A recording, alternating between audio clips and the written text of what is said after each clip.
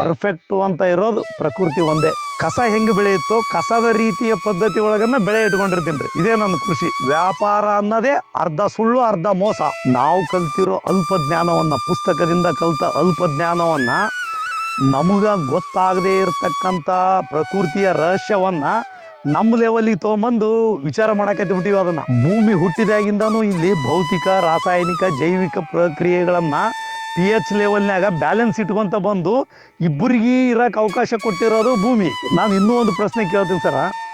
ಇಷ್ಟೊಂದು ತಿಳುವಳಿಕೆ ಇದ್ದವ್ರು ನಾವು, ಇಷ್ಟೊಂದು ವಿಜ್ಞಾನ ಮುಂದುವರೆದವ್ರು ನಾವು, ಪ್ರತಿಯೊಂದನ್ನು ನಾವು ತಿಳ್ಕೊಂಡಿರೋರು, ಮತ್ತು ಯಾಕೆ ನಾವು ಪ್ರತಿ ಹಂತದಲ್ಲಿ ರೋಗಿಗಳಾಗಿ ಸಾಯಕತ್ತೀವಿ? ಕೈಗೊಂದು ರೋಗ, ಕಾಲಿಗೊಂದು ರೋಗ, ಹೊಟ್ಟಿಗೊಂದು ರೋಗ, ತಲೆಗೊಂದು ರೋಗ, ಮತ್ತು ಇಷ್ಟೊಂದು ಬುದ್ಧಿವಂತ ಇದ್ದಾರೆ, ಇಷ್ಟೊಂದು ರೋಗ ಯಾಕೆ ಬಳದಾಕತ್ತೀವಿ? ಈ ಭೂಮಿ ಮೇಲೆ ನಾವು ಚಂದಾಗಿ ಬದುಕಬೇಕು ಅಂದ್ರೆ ಪ್ರಕೃತಿ ಮಾತು ನಾವು ಕೇಳ್ಬೇಕು.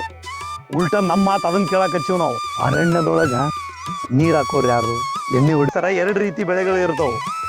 ಒಂದು ತೋಟಗಾರಿಕೆ ಬೆಳೆ, ದೀರ್ಘಾವಧಿ ಬೆಳೆ ಅಂತ ಬರುತ್ತೆ ಒಂದು. ಇನ್ನೊಂದು ಅಲ್ಪಾವಧಿ ಬೆಳೆ ಅಂತ ಬರುತ್ತೆ. ಇನ್ನೊಂದು ಅರಣ್ಯ ಬೆಳೆ. ಮೂರು ರೀತಿಯ ಬೆಳೆಗಳನ್ನು ನೋಡ್ಕೋಬೋದ್ರಿ ನಾವು. ಈಗ ನಮಗೆ ಒಬ್ಬ ರೈತ, ನಾನು ಸಡನ್ನಾಗಿ ನನಗೆ ಒಂದು ಸ್ವಲ್ಪ ಜಮೀನು ಐತಿ, ನನಗೆ ಪ್ರತಿ ತಿಂಗಳದ ಆದಾಯ ಬೇಕು ಅಂತ ಬಂದಾಗ ತರಕಾರಿನ ಬೆಳ್ಕೋಬೋದು ಸರ. ತರಕಾರಿ ಮಧ್ಯದಲ್ಲೇ ಕಾಳುಗಳನ್ನು ಬೆಳಿಬೋದು, ಧಾನ್ಯಗಳನ್ನು ಬೆಳಿಬೋದು, ಸೊಪ್ಪುಗಳನ್ನು ಬೆಳಿಬೋದು. ದಯವಿಟ್ಟು ಸಹಜ ಕೃಷಿ ಅಂತ ಬಂದಾಗ ರೈತ ಒಂದು ಬೆಳೆಯನ್ನು ಬೆಳಿಬಾರ್ದು. ಏಕದಳ ದ್ವಿದಳಗಳನ್ನು ಜೊತೆಗೆ ತರಕಾರಿಗಳನ್ನು ನಾವು ಭೂಮಿ ಒಳಗಿಟ್ಟಾಗ ಒಂದು, ಈಗ ಏಕ ಬೆಳೆ ಬೆಳೆದ ಅಂತ ಇಟ್ಕೊಳ್ಳಿರಿ ಸರ, ಇಟ್ಟು ಮಾರ್ಬೋದು. ಅದನ್ನ ಸಡನ್ನಾಗಿ ಮಾರುಕಟ್ಟೆಯ ಅವಶ್ಯಕತೆ ಬೀಳಲ್ಲ. ನಾವು ತರಕಾರಿನ ಲಿಮಿಟೇಷನ್ನೇ ಬೆಳೆದ್ವಿ ಅಂತ ಇಟ್ಕೊಳ್ರಿ, ಸ್ಥಳೀಯ ಮಾರುಕಟ್ಟೆಯನ್ನು ಗಮನದಲ್ಲಿ ಇಟ್ಕೋಬೇಕ್ರಿ. ನಾವು ಅದನ್ನು ಬಿಟ್ಬಿಟ್ಟು ಒಂದೇ ಬೆಳೆ ಬೆಳೆದು ನಾವು ಅಲ್ಲಿ ಕಳಿಸ್ಬೇಕು ಇಲ್ಲಿ ಕಳಿಸ್ಬೇಕು ಅನ್ನಪ್ಪ ಅಂದ್ರೆ ಅದೇನು 20 ಎಕರೆ 30 ಎಕರೆದವ್ರಿಗೆ ಅದು ಸರಿ ಹೊಂದ್ಬೋದು. ನಾನು ಅದು ತಪ್ಪು ಅಂತ ವಾದಿಸ್ತಾ ಇಲ್ಲ. ಸಣ್ಣ ಸಣ್ಣ ಜಮೀನಿದ್ದವರು ಸ್ಥಳೀಯ ಆಹಾರ ಪದ್ಧತಿಯನ್ನು ಗಮನದಲ್ಲಿಟ್ಟುಕೊಂಡು ಪೂರೈಕೆ ಮಾಡೋದನ್ನು, ತನ್ನ ರೈತ ತನ್ನಷ್ಟಕ್ಕೆ ತಾನಿಗೆ ಮನವರಿಕೆ ಆಗೋ ಲೆಕ್ಕಕ್ಕೆ ಬೆಳಿಬೇಕವ. ಸುಮ್ಮನೆ ಹುಬ್ಬಳ್ಳಿಯಾಗ ಅಷ್ಟು ಮಾರ್ತೈತಿ, ದಿಲ್ಲಿಯಾಗ ಇಷ್ಟು ಮಾರುತ್ತಾ, ದಿಲ್ಲಿಯಾಗ ಮಾರುತ್ತಾ 2 ಎಕರೆ 1.5 ಎಕರೆ ಅದಾವ, ದಿಲ್ಲಿ ಕಳ್ಸೋಕ್ಕಾಗಲ್ರಿ. ಸ್ಥಳೀಯವಾಗಿ ಈಗ ನಾನು ಯಾವ ರೀತಿ ಅವ್ರಿಗೆ ಹೇಳೋಕೆ ಇಷ್ಟಪಡ್ತೀನಿ ಅಂದ್ರೆ, ನಾ ತಳಕಲ್ಲಾಗಿ ಎಷ್ಟು ನುರಿತೈತಿ, ನನಗೆ 10 ಕಿಲೋಮೀಟ್ರ್ ಕುಕ್ನೂರು ಐತಿ, ಕುಕ್ನೂರಾಗಿ ಎಷ್ಟು ಖರ್ಚಾಗುತ್ತಾ, ಕೊಪ್ಪಳ 10 ಕಿಲೋಮೀಟ್ರ್ ಐತಿ, ಕೊಪ್ಪಳದಾಗ ಏಟು ಹೋಗುತ್ತಾ, ಇಲ್ಲಿ ನಾನೇ ಏನು ಮಾರಕ್ಕೆ ಸಾಧ್ಯ? ಹಿಂಗೆ ಎಲ್ಲರೂ ಮಾಡ್ಬೋದು. ಇದನ್ನು ಎಲ್ಲರೂ ಹುಬ್ಬಳ್ಳಿ ಕಳ್ಸೋಕ್ಕಾಗಲ್ಲ, ತಪ್ಪು ಅಂತ ನಾನು ಹೇಳಲ್ಲ. ಬಟ್ ನನ್ನ ಒಂದು ಇತಿಮಿತಿ ಒಳಗೆ, ನನ್ನ ಒಂದು ಇದ್ರೊಳಗೆ ನನ್ನದೇ ಆದ ಒಂದು ನನಗೆ ಕೈಗೆ ಸರಳವಾಗಿ ನಿಲುಕುವಂಥ ಮಾರುಕಟ್ಟೆಯನ್ನು ಗಮನದಲ್ಲಿಟ್ಕೊಂಡು ನೀವು ಬೆಳೀರಿ.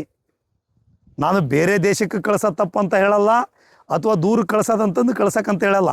ನಾನು 2 ಎಕರೆ ಜಮೀನಿತ್ತು ಅಂದ್ರೆ ಅದನ್ನು ನಿರ್ವಹಣೆನೂ ನಾನೇ ಮಾಡ್ಬೇಕಾಗಿರ್ತೈತಿ. ಇಲ್ಲಿ ಅಲ್ಲಿ ಆ ಬೆಳೆಯ ಆಗು ಹೋಗುಗಳನ್ನು ನಾನೇ ನೋಡ್ಕೋಬೇಕಾಗತ್ತೆ.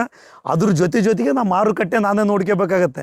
ಹಿಂಗಿದ್ದಾಗ ಮಾರುಕಟ್ಟೆ ಅಂತಂದು ನಾನು ರೈತರಿಗೆ ಏನು ನೇರವಾಗಿ ಹೇಳ್ತೀನಿ ಸರ್, ನಾನು ರಾಸಾಯನಿಕ ಕೃಷಿ ಮಾಡಿದಾಗ ನಾನು ಮಾರುಕಟ್ಟೆಯಿಂದ ಭಾಳ ಕೆಟ್ಟ ಅನುಭವವನ್ನು ಅನುಭವಿಸಿನ್ರಿ ನಾನು. ಅದಕ್ಕೆ ನಾನು ರೈತರಿಗೆ ಭಾಳ ಕಡಾಖಂಡಿತವಾಗಿ ಹೇಳ್ತೀನಿ ರೀ. ನಾನು ರೈತರಿಗೆ ಒಂದು ಮಾತು ಹೇಳ್ತೀನಿ, ರೈತರ ದೃಷ್ಟಿ ಒಳಗೆ ರೈತರಿಗೆ ಮಾರುಕಟ್ಟೆ ಅಂದ್ರೆ ಹೆಂಗೈತಿ ಅನ್ನಪ್ಪ ಅಂದ್ರೆ ನೆನಪಿಟ್ಕೊಂಡ್ಬಿಡ್ಬೇಕ್ರಿ. ಅದನ್ನ ರೈತರಿಗೆ ಮಾರುಕಟ್ಟೆ ಹೆಂಗೈತಿ ಅನ್ನಪ್ಪ ಅಂದ್ರೆ, ವ್ಯಾಪಾರ ಅನ್ನೋದನ್ನು ರೈತಗೆ ಅದು ಹೇಗ ತೋರಿಸುತ್ತಾ ಅಂದ್ರೆ, ವ್ಯಾಪಾರ ಅನ್ನೋದೇ ಅರ್ಧ ಸುಳ್ಳು ಅರ್ಧ ಮೋಸ.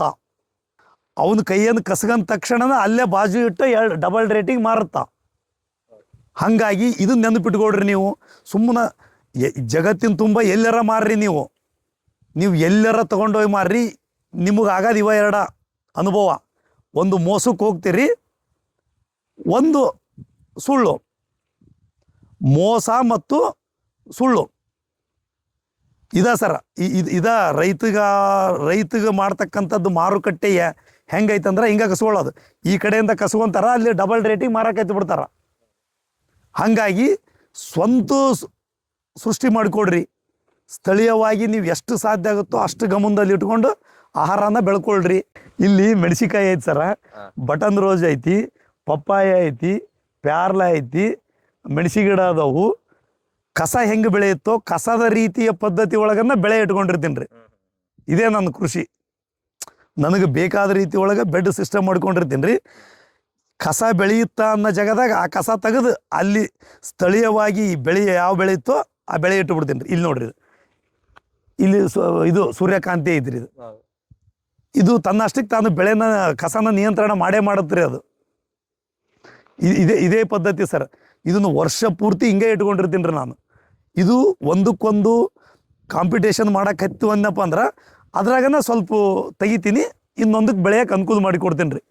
ನನಗೆ ಬೇಕಾದ ಬೆಳೆಗೆ ತೊಂದರೆ ಆಗುತ್ತಾ ಅಂದ್ರೆ ಇನ್ನೊಂದು ಬೇಡಾದ ಬೆಳೆನ ನಿಯಂತ್ರಿಸ್ತೀನಿ ರೀ, ತೆಗಿಯಲ್ಲ, ಕಿತ್ತು ಹಾಕಲ್ಲ ಸರ್ ಅದನ್ನ. ಈಗ ಉದಾಹರಣೆಗೆ ಹೂವು ಭಾಳ ಜೋರು ಬರೋಕತ್ತೈತ್ರಿ, ಈಗ ಅದಕ್ಕೆ ಮಾರ್ಕೆಟ್ ಐತೆ ಅಂದ್ರೆ ಅದನ್ನ ಬಿಡ್ತೀನಿ ರೀ. ಇಲ್ಲಪ್ಪ ಹೂವು ಸರಿ ಇಲ್ಲ, ನನಗೆ ಮೆಣಸಿನ್ಕಾಯಿ ಚೆನ್ನಾಗಿ ಬೇಕು ಅನ್ನಪ್ಪ ಅಂದ್ರೆ ಇದನ್ನ ಸ್ವಲ್ಪ ತೆಗಿತೀನಿ ರೀ. ಇದನ್ನ ತೆಗೆದು ಮತ್ತೆ ಅದನ್ನ ಎಲ್ಲಿ ಹಾಕಾಗಿಲ್ಲ ರೀ, ಅದನ್ನ ಅಲ್ಲೇ ಇಡೋದ್ರಿ, ಅದನ್ನ ತ್ಯಾಜ್ಯ ತೆಗೆದು. ಇದು ಪೇರ್ಲ ಸರ್, ಸುಮ್ಮನೆ ನಾನಾಗ ಇದಕ್ಕೆ ಹಾಕಿನಿ ಸರ್. ಅದು ಆ್ಯಪಲ್ ಸರ್, ಅದು ಅಲ್ಲಿ ಐತಲ್ ಸರ್, ಇದು ಸ್ಟೇಟ್ ಐತಲ್ ಸರ್, ಅದು ಆ್ಯಪಲ್. ಸುಮ್ಮನೆ ನಾನು ನೋಡೋಣ ನಮ್ಮಲ್ಲಿ ಬೆಳೆಯುತ್ತೋ ಪ್ರಯತ್ನ ಮಾಡೋಣ ಅಂತ ಅದು ಹಾಕಿನಿ, ಬೆಳೆಯಕತ್ತೈತೆ ಸರ್. ಅದು ವಿಜ್ಞಾನ ಅಂತ ತೊಗೊಂಡಾಗ ಸರ್ ನಾವು, ಅಥವಾ ನೀವು ಜೀವಶಾಸ್ತ್ರದೊಳಗೆ ನೀವು ಸಸ್ಯಗಳನ್ನು ಅಧ್ಯಯನ ಮಾಡ್ಬೇಕಾದ್ರೆ ಸರ, ಸೂರ್ಯನ ಯಾವ ರೀತಿ ಎಕ್ಸ್ಪ್ಲೇನ್ ಮಾಡ್ತಾರೆ ಅಂದ್ರೆ ಸಸ್ಯಗಳ ವಿಷಯ ಬಂದಾಗ, ಸೂರ್ಯ ಸಸ್ಯಗಳಿಗೆ ನೈಸರ್ಗಿಕ ಆಹಾರದ ಸಂಪನ್ಮೂಲ ಅಂತ ಹೇಳ್ತಾರೆ. ಮತ್ತು ರೈತನಿಗೆ ಮತ್ತೆ ಗೊಬ್ಬರ ಒಯ್ಯಿರಿ ಅಂತ ಹೇಳ್ತಾರೆ. ಇದ್ರಾಗ ಯಾವ್ದು ಕರೆಯವ್ರಿ? ಪರ್ಫೆಕ್ಟು ಅಂತ ಇರೋದು ಪ್ರಕೃತಿ ಒಂದೇ. ನಾವು ಏನು ಮಾಡಕತ್ತೀವಿ ಅನ್ನಪ್ಪ ಅಂದ್ರೆ, ನಾವು ಕಲ್ತಿರೋ ಅಲ್ಪ ಜ್ಞಾನವನ್ನು, ಪುಸ್ತಕದಿಂದ ಕಲಿತ ಅಲ್ಪ ಜ್ಞಾನವನ್ನು, ನಮಗೆ ಗೊತ್ತಾಗದೇ ಇರತಕ್ಕಂಥ ಪ್ರಕೃತಿಯ ರಹಸ್ಯವನ್ನು ನಮ್ಮ ಲೆವೆಲ್ಲಿಗೆ ತೊಗೊಂಬಂದು ವಿಚಾರ ಮಾಡಕತ್ತಿಬಿಟ್ಟಿವಿ. ಅದನ್ನು ನಾನು ಯಾವುದೋ ಒಂದು ಸಬ್ಜೆಕ್ಟ್ ಓದ್ಕೊಂಬಿಡೋದು, ಓದ್ಕೊಂಡಿದ್ದನ್ನು ಇಲ್ಲ ನಾನು ಈ ಥರ ಓದ್ಕೊಂಡೀನಿ, ನಾನು ತುಂಬ ತಿಳ್ಕೊಂಡೀನಿ ಅಂತಂದು ನನಗೆ ಗೊತ್ತಿಲ್ಲದಿರೋ ವಿಷಯನ ನನ್ನ ಲೆವೆಲ್ಲಿಗೆ ತೊಗೊಂಬಂದು ಡಿಸ್ಕಷನ್ ಮಾಡಕತ್ತಿಬಿಟ್ಟು ನಾನು, ಇಲ್ಲ ನನಗೆ ಗೊತ್ತೈತಿ ಇದ್ರ ಬಗ್ಗೆ, ನಾ ತಿಳ್ಕೊಂಡೀನಿ. ಪ್ರಕೃತಿ ಪರಿಪೂರ್ಣವಾಗಿ ಸಂಪೂರ್ಣವಾಗಿ ಯಾರಿಗೂ ಗೊತ್ತೂ ಆಗಿಲ್ಲ ಸರ್, ಅದು ಗೊತ್ತಾಗೋದೂ ಇಲ್ಲ ಅದು ಸರ್. ಈಗ ನಿಮ್ಗೆ ಒಂದೇ ಒಂದು ಎಕ್ಸಾಂಪಲ್ ಕೊಟ್ಬಿಡ್ತೀನಿ ಸರ್ ನಾನು. ಇಲ್ಲಿ ಪ್ರಕೃತಿ ಅಂತ ಬಂದಾಗ ಸರ, ಭೂಮಿಗೆ ವಯಸ್ಸು ಎಷ್ಟಾಗ್ಯಾವ ಸರ?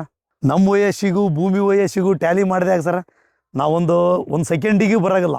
ಭೂಮಿ ಹುಟ್ಟಿದಾಗಿಂದನೂ ಇಲ್ಲಿ ಭೌತಿಕ, ರಾಸಾಯನಿಕ, ಜೈವಿಕ ಪ್ರಕ್ರಿಯೆಗಳನ್ನು pH ಲೆವೆಲ್ನಾಗ ಬ್ಯಾಲೆನ್ಸ್ ಇಟ್ಕೊತ ಬಂದು ಇಬ್ಬರಿಗೆ ಇರೋಕೆ ಅವಕಾಶ ಕೊಟ್ಟಿರೋದು ಭೂಮಿ.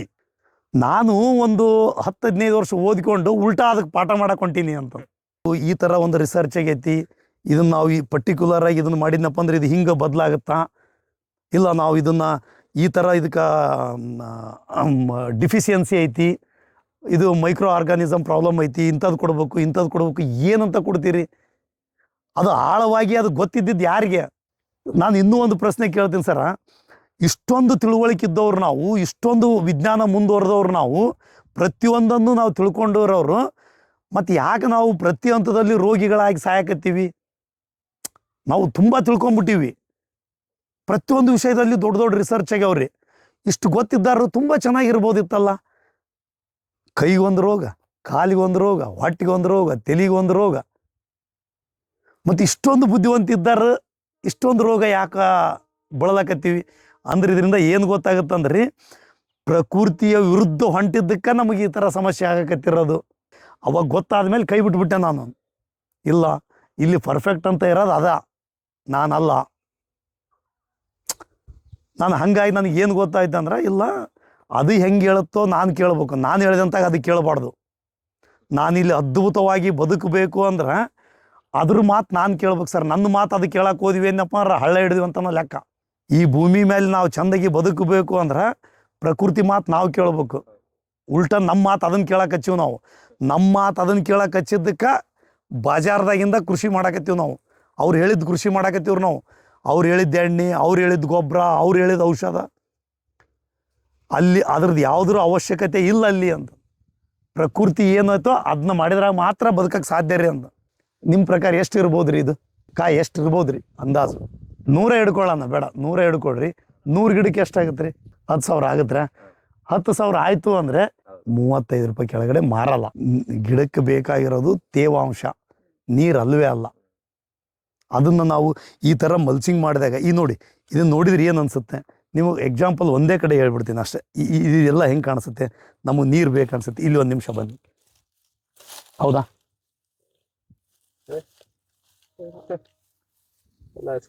ಹೌದಾ, ಈ ನೋಡೋರು ಏನು ಅನ್ಸುತ್ತೆ ಇದು ಕಸ ಅಂತ? ಹೌದಾ, ಎದಕ್ಕೆ ಕೊಡ್ಬೇಕ್ರಿ ನೀರು?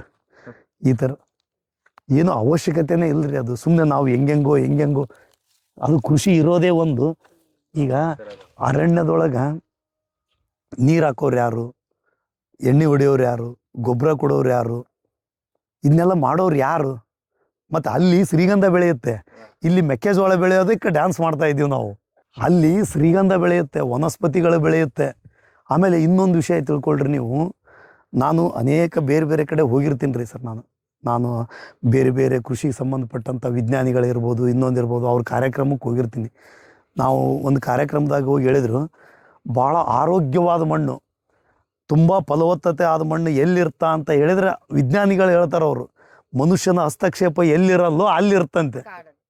ಮತ್ತು ಇದನ್ನ ನಾವು ಕೈ ಇಟ್ಟು ನಾವು ಕೆಡಿಸ್ದಾಗಲ್ಲ. ಇದನ್ನ ಇವತ್ತು ಶಾಂಪಲ್ ತೊಗೊಂಡು ಹೋಗೋದು ಸಹ್ಯಾದ್ರಿ ಬೆಟ್ಟದಲ್ಲಿ ಹೋಗಿ ತೊಗೊಂಡ್ಬರ್ತಾರಂತ್ರಿ. ಶಾಂಪಲ್ಲು ಲ್ಯಾಬ್ ಟೆಸ್ಟಿಗೆ ಉತ್ತಮವಾದ ಮಣ್ಣು ಎಲ್ಲಿ ಬೇಕು ಅಂತ ತೊಗೊಂಡ್ರೆ ಸಹ್ಯಾದ್ರಿ ಬೆಟ್ಟದಲ್ಲಿ, ಅಲ್ಲಿ ಮನುಷ್ಯನ ಹಸ್ತಕ್ಷೇಪ ಇಲ್ಲದೆ ಇರೋ ಜಾಗದಲ್ಲಿ ಶಾಂಪಲ್ ತೊಗೊಂಬರ್ತಾರೆ. ಅಲ್ಲಿ ತೊಗೊಂಬಂದು ಟೆಸ್ಟ್ ಮಾಡ್ತಾರೆ ಅವರು. ಅದು ಕೆಮಿಕಲ್ ಪ್ರಾಪರ್ಟೀಸ್ ಏನಿದೆ, ಇದು ನಮ್ಮದು ಏನು ಮೈಕ್ರೋ ಆರ್ಗಾನಿಸಮ್ಸ್ ಏನೇನಿದೆ, ಅಲ್ಲಿ ಯಾವ ಸ್ಥಿತಿ ಒಳಗಿದೆ ಪರಿಸ್ಥಿತಿ, ಹೆಲ್ತ್, ಅಲ್ಲಿ ಇದು ಸಾಯಿಲ್ ಹೆಲ್ತ್ ಹೆಂಗೈತಿ, ಅಲ್ಲಿದು ಆ ಹೆಲ್ತನ್ನು ಈ ಹೆಲ್ತನ್ನು ಕಂಪೇರ್ ಮಾಡ್ತಾರೆ ತೊಗೊಂಬಂದು. ಅಂದ್ರೆ ಭೂಮಿ ಮಣ್ಣನ್ನು ತನ್ನಷ್ಟಕ್ಕೆ ತಾನು ಬಿಟ್ಟಾಗ ಮಾತ್ರ ಅದು ಚೆಂದಾಗಿ ಇರುತ್ತಾ. ಇದನ್ನು ಒಪ್ಕೋಬೇಕ್ರ ನಾವು. ಅದನ್ನು ನಾವು ಕೆಡ್ಸಕತ್ತಿರೋದು, ಈ ನಾನು ಕೈ ಇಟ್ಟು ಕೆಡಿಸಿದ್ನಲ್ರಿ, ಅಲ್ಲಿ ಅನೇಕ ಇರಿಬಿಗಳಿರ್ಬೋದು, ಸೂಕ್ಷ್ಮ ಜೀವಿಗಳಿರ್ಬೋದು, ಎರೆಹುಳಗಳಿರ್ಬೋದು, ಲೈಫ್ ಸೈಕಲ್ ನಡೆಸ್ತಕ್ಕಂಥದ್ದನ್ನು ಕೈ ಇಟ್ಟು ಕೆಡಿಸ್ಬಿಟ್ಟೆ ನಾನು. ಭೂಮಿ ಒಳಗೆ ನಾವು ಯಾವಾಗ ವಿಷವನ್ನು ಕೊಡ್ತೀವೋ ಅದು ನಾವು ವಾಸ್ತವದಲ್ಲಿ ಭೂಮಿ ಅಂದ್ಕೊಂಡಿರ್ತೀವಿ ರೀ. ವಾಸ್ತವದಲ್ಲಿ ನಮ್ಮ ಹೊಟ್ಟಿ ಅದು. ನಾವು ಯಾವಾಗ ಭೂಮಿಗೆ ನಾವು ರಾಸಾಯನಿಕವನ್ನು ಅವೈಜ್ಞಾನಿಕ ರೀತಿ ಒಳಗೆ ಕೊಡ್ತೀವೋ, ಅವೈಜ್ಞಾನಿಕ ರೀತಿ ಒಳಗೆ ಇನ್ಸೆಕ್ಟಿಸೈಡು, ಫಂಗಿಸೈಡ್ಗಳನ್ನು ಭೂಮಿ ಕೊಡಕತ್ತೀವೋ, ಅಲ್ಲಿಂದ ಒಟ್ಟಾರೆ ಪ್ರಕೃತಿಯಲ್ಲಿರ್ತಕ್ಕಂಥ ಎಲ್ಲ ಜೀವಿಗಳಿಗೂ ವಿರುದ್ಧನೇ ಸರ್ ಅದು. ಅಲ್ಲಿಂದನೇ ಮನುಷ್ಯನ ಆರೋಗ್ಯ ಕೆಡ್ತಾ ಇರೋದೇ ಅಲ್ಲಿಂದ ರೀ ಅದು. ಹಾಗಾಗಿ ಇವತ್ತೇನು ಮಾಡಾಕತ್ತೇನಂದ್ರೆ, ಪ್ರಕೃತಿ ಆರೋಗ್ಯ ಚೆನ್ನಾಗಿದ್ದರೆ ಮಾತ್ರ ಮನುಷ್ಯ ಆರೋಗ್ಯ ಚೆನ್ನಾಗಿರೋಕ್ಕೆ ಸಾಧ್ಯ ಸರ. ಇವತ್ತು ಮನುಷ್ಯ ಯಾವ ರೀತಿ ಬುದ್ಧಿವಂತನಾಗಕತ್ತೇನಂದ್ರೆ ಸರ, ತನ್ನ ಪ್ರಕೃತಿಯ ಮೂಲ ಭೂಮಿ, ಅಲ್ಲಿ ವಿಷ ಹಾಕ್ತಾ ಇದ್ದಾನೆ ಸರ್ ಅವ. ಅಲ್ಲಿ ವಿಷ ಹಾಕಿ ತನ್ನ ಅಲ್ಪ ಜ್ಞಾನದಿಂದ ಆರೋಗ್ಯನ ಮಾರುಕಟ್ಟೆಯ ಔಷಧಿ ಅಂಗಡಿಯಲ್ಲಿ ಹುಡ್ಕಕತ್ತೇನವ. ಹಾಗಾಗಿ ಸರ, ಈ ದೇಶದ ಒಂದು ನಾವು ಏನಿರ್ತಕ್ಕಂಥ ಉಷ್ಣ ವಲಯದ ಜೀವಿಗಳು ಏನದೀವಲ್ಲ ಸರ, ಇಲ್ಲಿ ಪ್ರಕೃತಿ ತುಂಬ ಅದ್ಭುತವಾದಂಥ ಅವಕಾಶನ ಕೊಟ್ಟಿದೆ ಪ್ರಕೃತಿಗೆ.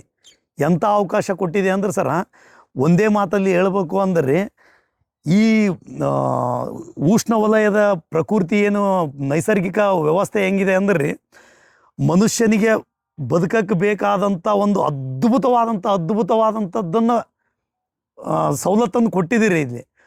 ಒಂದೇ ಮಾತಲ್ಲಿ ಹೇಳ್ಬೇಕಂದ್ರೆ, ಹುಟ್ಟಿರೋದು ಸ್ವರ್ಗದಲ್ಲೇ ಹುಟ್ಟಿವ್ರಿ ನಾವು. ನಮ್ಮ ಜ್ಞಾನ ಅನ್ನೋ ಅಲ್ಪ ಜ್ಞಾನದಿಂದ ಒಂದು ರೀತಿ ನಾವು ಅನಾಗರಿಕರಾಗಿ ಪ್ರಕೃತಿಯ ವಿರುದ್ಧ ಚಟುವಟಿಕೆಗಳನ್ನು ನಡೆಸಿ ಒಂಥರ ನಾವು ಹೆಂಗೆ ಬದುಕಕತ್ತೀವಿ ಅಂದರೆ, ಇರೋ ಪ್ರಕೃತಿಯ ಸೊಬಗನ್ನು ಕೆಡಿಸಿ ರೋಗಿಗಳಾಗಿ ಬದುಕಕತ್ತೀವಿ ಸರ್. ಹುಟ್ಟಿರೋದು ಸ್ವರ್ಗದಾಗ ಹುಟ್ಟಿವ್ರಿ, ಕೃತಕವಾಗಿ ನರಕ ಮಾಡ್ಕೊಂಡು ಬದುಕಕತ್ತೀವಿ ನಾವು. ಹುಟ್ಟಿರೋದು ಕರೆಕ್ಟಾಗೆ ಹುಟ್ಟಿಸಿದಿರಿ ಪ್ರಕೃತಿ, ನಮ್ಮ ಬುದ್ಧಿವಂತಿಕೆಯಿಂದ ನರಕ ಮಾಡ್ಕೊಂಡು ಬದುಕಕತ್ತೀವಿ ಸರ್ ನಾವು. ಇಲ್ಲಿ ಮನುಷ್ಯ ಇಲ್ಲಿ ನನಗೆ ಗೊತ್ತಾಗಿದ್ದೇನಂದ್ರೆ ಸರ, ನನ್ನ ಬುದ್ಧಿವಂತಿಕೆನ ನನಗೆ ದೊಡ್ಡ ಶತ್ರು ಆಗಿಬಿಟ್ಟಿದೆ ಸರ್. ನನಗೆ ಗೊತ್ತಿದೆ, ನನಗೆ ಪ್ರತಿ ಹಂತದಲ್ಲಿ ನನಗೆ ಗೊತ್ತೈತಿ ಅನ್ನೋದು ಶತ್ರು ಆಗಿ ಪರಿವರ್ತನೆ ಆಗೈತ್ರಿ. ಹೀಗಾಗಿ ಮನುಷ್ಯನಿಗೆ ಹೆಣಸಲಾರದಷ್ಟು ದೈಹಿಕ ಸಮಸ್ಯೆಗಳು, ಊಹಿಸಲಾರದಷ್ಟು ಮಾನಸಿಕ ಸಮಸ್ಯೆಗಳ ಒಳಗೆ ಅವ ಬದುಕಕತ್ತೇನ್ರಿ ಅಲ್ಲಿ. ಅದೇ ಕಾರಣ, ಅವ ಪ್ರಕೃತಿಯ ವಿರುದ್ಧ ಅವನ್ನ ಕ್ರಿಯೆಗಳು ನಡೆದಿದ್ದಕ್ಕೆ ಇಷ್ಟೆಲ್ಲ ಆಗಿ ಬದುಕಕತ್ತಿರ ಸರ.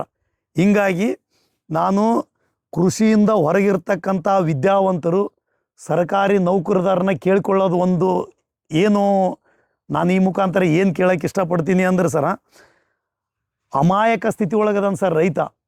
ಅವನ್ನ ರೈತನ ಕೈ ಒಳಗೆ ಇವತ್ತು ಬಹುರಾಷ್ಟ್ರೀಯ ಕಂಪನಿಗಳು ಒಂದು ಕಡೆ ಬೀಜ ಗೊಬ್ಬರ ಅನ್ನೋ ಮಾಫಿಯಾದೊಳಗೆ ವಿಷ ಕೊಟ್ಟರೆ ಅವನ ಕೈಯಾಗ, ಗೊಬ್ಬರಗಳನ್ನು ವಿಷ ಕೊಟ್ಟರ, ಔಷಧಿಗಳನ್ನು ವಿಷ ಕೊಟ್ಟರ.